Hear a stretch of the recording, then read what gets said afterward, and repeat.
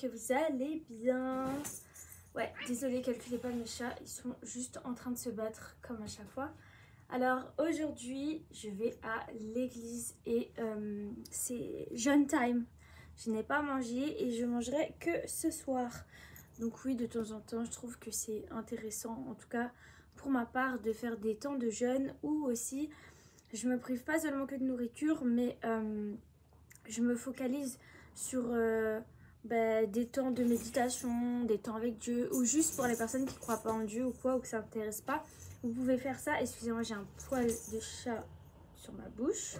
Vous pouvez faire ça juste pour vous être moins sur, décidément, pour être moins sur les écrans, etc. C'est un très très bon exercice pour profiter mieux de vos proches ou pour vous refocaliser vraiment sur vos objectifs. Je me mets là pour essayer de les arrêter. Zouzou, aurais-tu un mot à dire à nos amis? D'accord, c'est mal barré. Peut-être que Mina, on y tirera plus quelque chose. Non? Ouais, non. D'accord, bon. En tout cas, les amis, voilà, je vous souhaite une bonne journée. Je pense que ça sera un vlog sur 2 jours. Donc, je vous fais des cœurs. Et puis, mais Mina, il n'y a pas à passer comme ça devant la vidéo.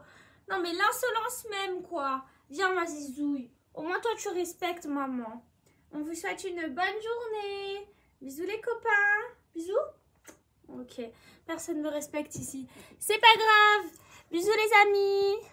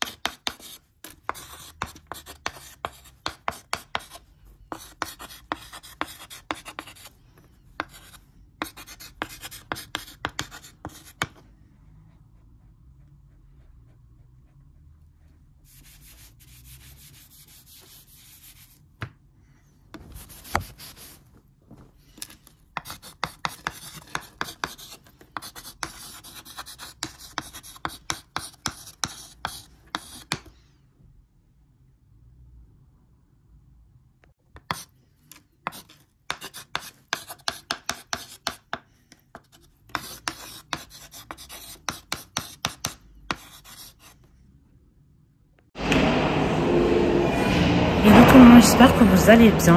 Moi ça va, je m'appelle Jennifer, j'ai 32 ans. Donc aujourd'hui je vais vous apporter un petit encouragement.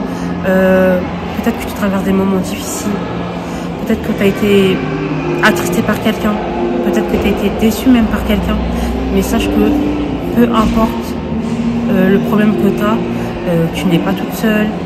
Tu peux compter sur des amis, tu peux compter sur ta famille, tu peux compter même sur Dieu si tu es croyante. Tu peux compter sur la personne de confiance que la vie t'a mis sur la main. Moi par exemple, j'ai des amis sur qui je peux compter, j'ai des familles sur qui je peux compter. Par exemple, j'ai ma soeur, j'ai ma mère, j'ai mes soeurs en Christ. Mais toi, peu importe la personne que tu as à côté de toi qui est de confiance, parle-lui, ne reste pas toute seule, ne reste pas renfermée, ne reste pas blotti sur toi-même. Non, ça sert à rien. Je pense que ça va plus te faire du mal qu'autre chose. Mais sache que tu n'es pas toute seule.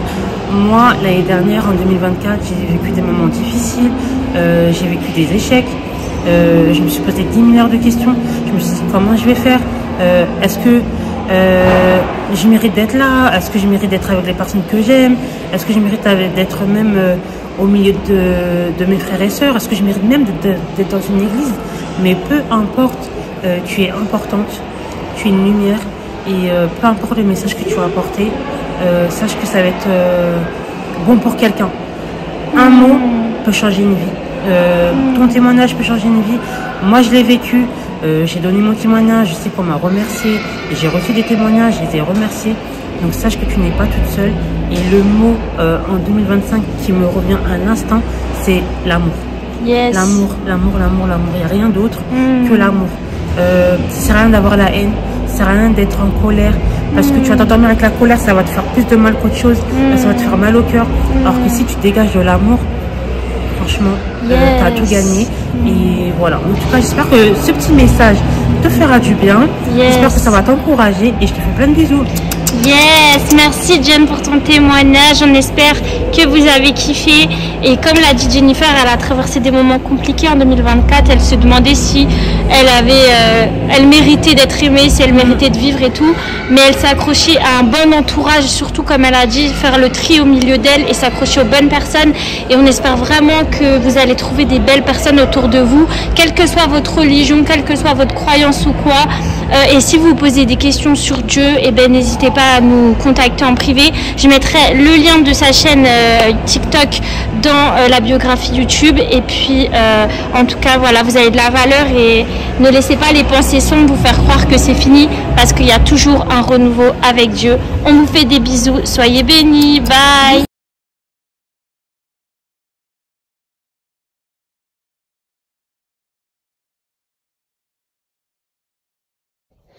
Hello les amis, j'ai des choses à vous dire, mais comme toute personne banale dans ce monde et comme tous les super-héros, non je rigole, on est tous des super-héros, mais vaut mieux que je vous montre, j'ai archi grave de la vaisselle à faire, donc je vais faire ma petite vaisselle et après on pourra commencer le sujet, bye. Hello les amis, alors, du coup, j'aimerais vraiment vous lire un passage du livre comme je vous avais conseillé J'ai broyé du Nord pour voir la vie en rose de Célestine Leroy. Du coup, un passage qui m'a parlé.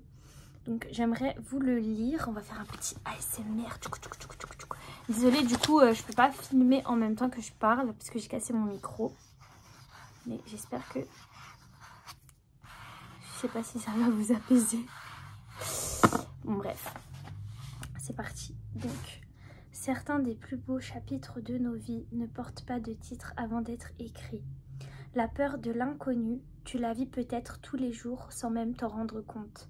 Elle se glisse dans ta routine, se traduisant par des hésitations, une procrastination chronique ou ce besoin incessant de tout contrôler. Cette angoisse constante te fait souvent perdre ton équilibre, que ce soit dans ta vie personnelle ou professionnelle. Cette peur, elle se nourrit de tes pensées qui surestiment les dangers et sous-estiment ta capacité à les affronter. Tu crains l'échec, l'imprévu et cela te paralyse, te privant de moments où tu pourrais vraiment briller. Le vrai problème, c'est que cette peur t'empêche de grandir. Elle te fait éviter des situations nouvelles, celles qui sont pourtant primordiales pour ton développement personnel et professionnel.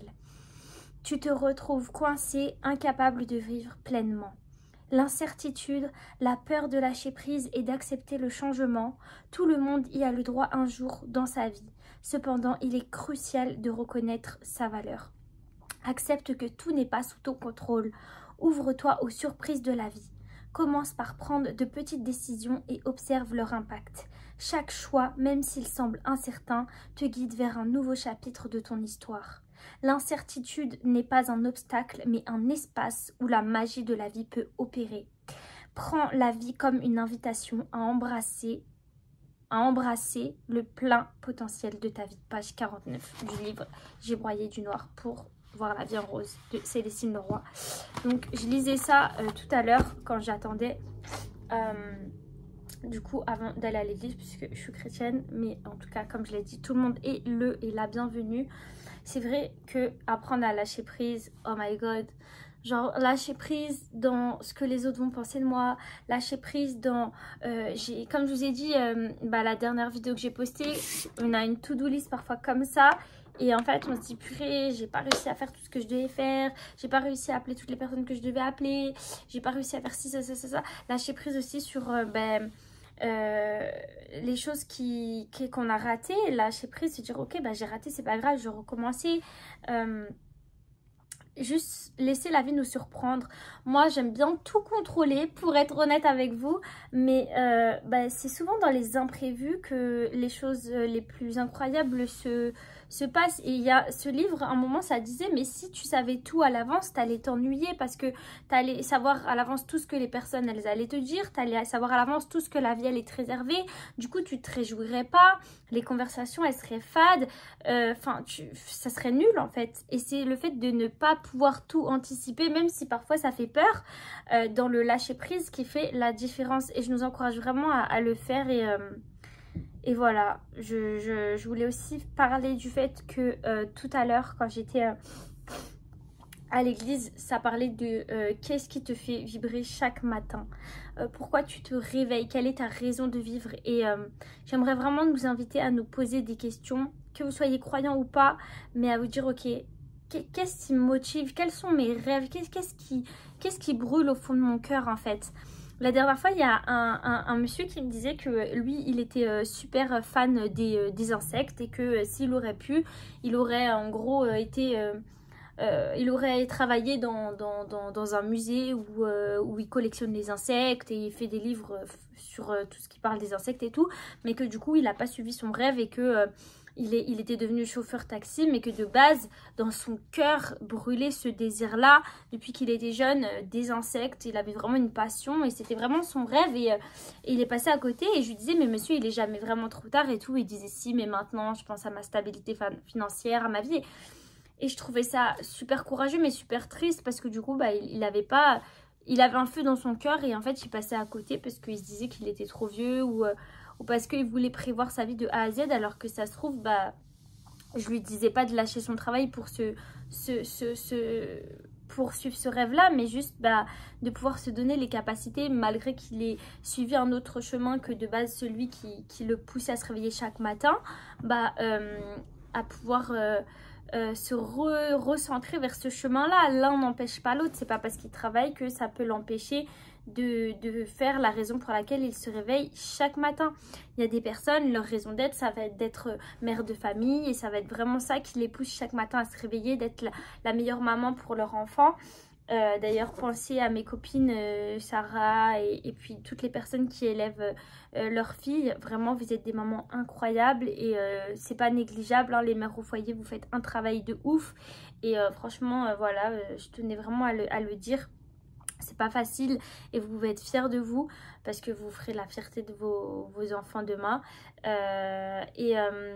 Pour d'autres, ça peut être, je sais pas moi, de voyager à travers le monde et tout. Mais parfois, comme c'était dit aujourd'hui, tu vas te donner une liste d'objectifs, mais c'est pas la raison pour laquelle tu vibres. Tu vois, il y en a, ils vont me dire, bah moi, ma raison de me lever tous les matins, c'est d'être millionnaire. Ok. Et quand tu auras tout l'argent du monde et que tu auras tout fait, qu'est-ce qui va encore brûler dans ton cœur? Tu vas me dire, me faire encore plus d'argent. Ok, là, tu es ultra millionnaire. Ok, tu as acheté tous les bateaux que tu veux, tu as tout ce que tu veux dans la vie, mais tu as ce vide intérieur parce que c'est pas ça qui te fait vibrer. Peut-être que tu veux avoir beaucoup d'argent. Ok, ça, c'est ton rêve. Mais la raison pour laquelle tu vibres chaque matin, c'est que tu vas avoir beaucoup d'argent pour pouvoir créer une entreprise qui va pouvoir aider les gens à devenir riches. Je dis n'importe quoi. Ou peut-être que tu veux beaucoup d'argent parce que tu veux créer un magasin de luxe pour pouvoir vendre des vêtements à l'international. Et c'est ça qui te fait vibrer chaque matin. Peut-être que ta raison de vivre, c'est que de pouvoir faire profiter des vêtements de luxe à des personnes qui n'ont pas forcément les moyens, en faisant, je sais pas moi, des vidéos en tant qu'influenceuse ou autre, pour pouvoir mettre des codes promo et leur permettre de permettre à des personnes qui n'ont pas les moyens de pouvoir se saper comme Jaja. Je vous dis tout et n'importe quoi. Peut-être que toi, ce qui te fait vibrer chaque matin, c'est de prendre soin de toi, c'est de prendre soin de ton corps, c'est de manger sainement et de transmettre ces valeurs-là à des personnes qui ont besoin de perdre du poids ou de prendre soin de leur corps. Voilà, il faut vraiment faire la différence entre nos rêves et ceux qui brûlent au fond de nos cœurs. Parce que quand on se donne des objectifs et qu'on fait nos rêves, ok, on a atteint nos objectifs, notre rêve il est réalisé et après. Alors que quand c'est quelque chose qui est au fond de ton cœur, eh ben, ça va rester toute ta vie. Ça va rester toute ta vie. Si ton but c'est d'aider les gens, bah, toute ta vie ça va être d'aider les gens, tu vois. Donc vraiment je nous invite à prendre le temps de noter sur une feuille, sur un papier ou un temps de méditation ou d'introspection, à se dire ok, pourquoi je suis là? Et ça peut être vaste hein, comme question, mais ok, qu'est-ce qui me fait vibrer? Qu'est-ce qui est vraiment important pour moi? Qu'est-ce que j'aimerais transmettre comme valeur à la future génération. Parce que vous savez, quand on va mourir, on va laisser notre argent, on va laisser tous nos diplômes, nos titres et tout. Mais c'est ce qu'on a fait, c'est notre amour pour les gens, c'est ce qui nous a fait vibrer. C'est ça dont les gens vont se souvenir, vous voyez. Ça peut être même une qualité.